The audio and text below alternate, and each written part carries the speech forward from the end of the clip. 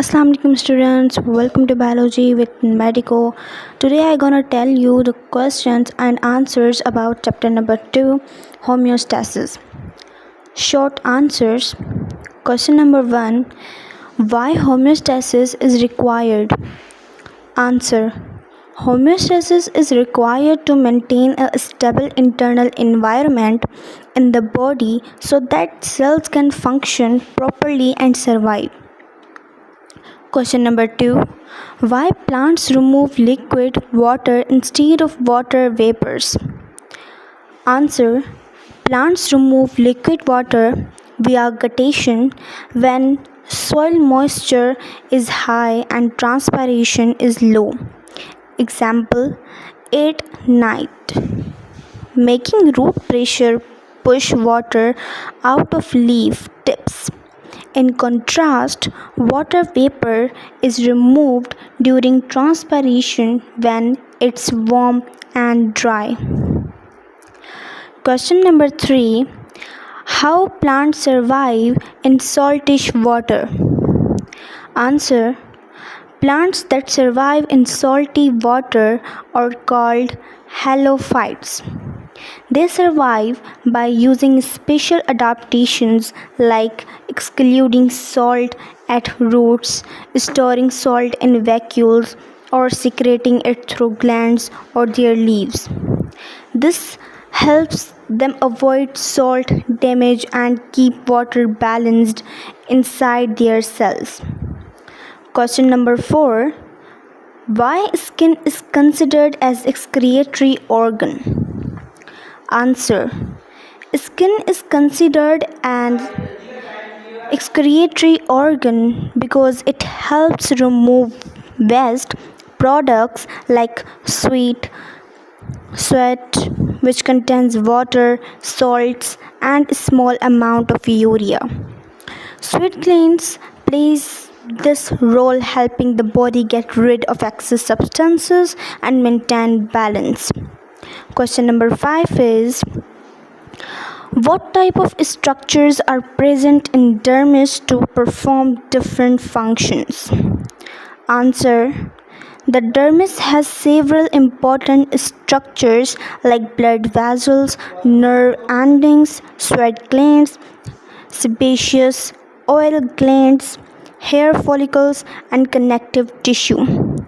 Each plays a role in sensation, temperature control, protection, and nourishment of the skin. Question number 6, what is kidney stone? Answer: a kidney stone is a hard crystal-like substance that forms in the kidneys from minerals and salts, such as calcium oxalate or uric acid. It can cause pain, especially when passing through the urinary tract. Question number 7, how human skin maintains temperature in cold conditions? Answer: in cold conditions, the skin helps maintain body temperature by narrowing blood vessels, vasoconstrictions, to reduce heat loss. It also causes goosebumps, making body hair stand up to trap warm air. This helps keep the body warm. Question number 8, when dialysis is required? Answer: dialysis is required when the kidneys are no longer able to filter waste, excess fluid, and toxin from the blood properly, usually in cases of kidney failure. Question number 9, why filtration at peritubular capillaries called ultrafiltration? Answer: actually, ultrafiltration does not occur at the peritubular capillaries. It occurs at the glomerulus in the kidney. Here is the correct explanation. Ultrafiltration is the process by which blood is filtered under high pressure at the glomerulus in the Bowman's capsule. It removes water, salts, glucose, urea, and other small molecules, but blocks larger ones like proteins and blood cells. At the peritubular capillaries, the main processes are reabsorption and secretion, not ultrafiltration. Long questions with answers. How skin work as a thermoregulatory organ? The skin helps regulate body temperature through several mechanisms controlled by the hypothalamus. When the body is too hot. 1. Vasodilation. Blood vessels in the skin widen, increasing blood flow to release heat. Sweating. Sweat glands produce sweat, which cools the body as it evaporates. Flayed body hairs. Erection, pili muscles relax, reducing insulation. When the body is too cold. Vasoconstriction, blood vessels narrow, reducing heat loss. Goosebumps, hair stand up to trap warm air, mainly in animals. Shivering, skin senses cold and signals muscles to generate heat. Fat layer, hypodermis, act as insulation. Conclusion. The skin maintains the body temperature by controlling blood flow, sweating and insulation keeping the internal environment stable. Question number 2. Describe the urinary system of man. Answer. The urinary system of man is responsible for removing waste and maintaining fluid and electrolyte balance. It consists of kidneys, two bean-shaped organs that filter blood to produce urine by removing urea, excess salt, and water. Ureters, two thin tubes that carry urine from the kidneys to the bladder. Urinary bladder, a muscle sac that stores urine until it is ready to be expelled. Urethra, a tube that carries urine from the bladder out of the body during urination. The system helps regulate blood pressure, pH, and the red blood cells production through hormone secretion like erythropoietin. Question number 3. Describe the network of blood vessels in nephrons and their functions.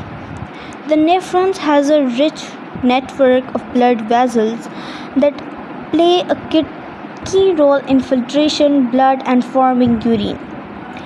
Main blood vessels in the nephron, afferent arteriole, bring blood into the glomerulus, has a wider diameter to maintain high pressure for filtration. Glomerulus, a capillary knot inside the Bowman's capsule, filter water, salt, glucose, and waste out of the blood. Efferent arteriole carries blood away from the glomerulus, narrower than the afferent arteriole, maintaining high pressure in the glomerulus. Peritubular capillaries surround the proximal and distal tubules, help in reabsorption of useful substances like glucose, salt, and water back into the blood. Vasa recta, capillaries that surround the loop of Hanel help in maintaining concentration, gradient, and reabsorb water and solutes. Question number 4. Describe different disorder of kidneys and their treatment. Answer. Disorder of kidneys. Kidney stone. A kidney stone is a solid mass that forms from the crystals of calcium oxalate or calcium carbonate. Sometimes uric acid and cysteine are also present in it. These molecules separate from urine, precipitate in the kidney, and deposit in the form of a stone. Sometimes these stones are not hard, therefore they break into the sand like crystals, which can pass out of the body with urine without pain. The little large size stone, however, damages the kidney tissues. It may stick anywhere in the urinary tract and cause renal failure with pain. Kidney dialysis. A patient with kidney failure may get a kidney transplant.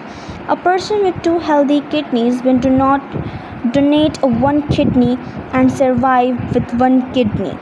If a donor is not available, the patient can be treated with dialysis using a dialysis machine. A dialysis machine performs the function of kidney.